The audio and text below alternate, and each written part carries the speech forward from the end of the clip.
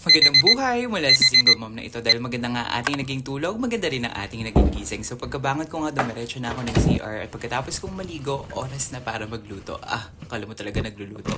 So kinuha ko pala yung pork sa rep dahil nga magpiprito tayo ng pork ngayon. At habang pinapalambot ko yung pork, papakita ko lang muna sa inyo yung mga ayuda na natanggap ko ngayon. Pero ang pinaka-exciting sa lahat, nakatanggap tayo ng regalo mula sa United States, char. Dahil nakita ng apam natin na hindi na daw aesthetic tignan sa video yung kalan na ginagamit natin, pinadalan tayo ng kalan.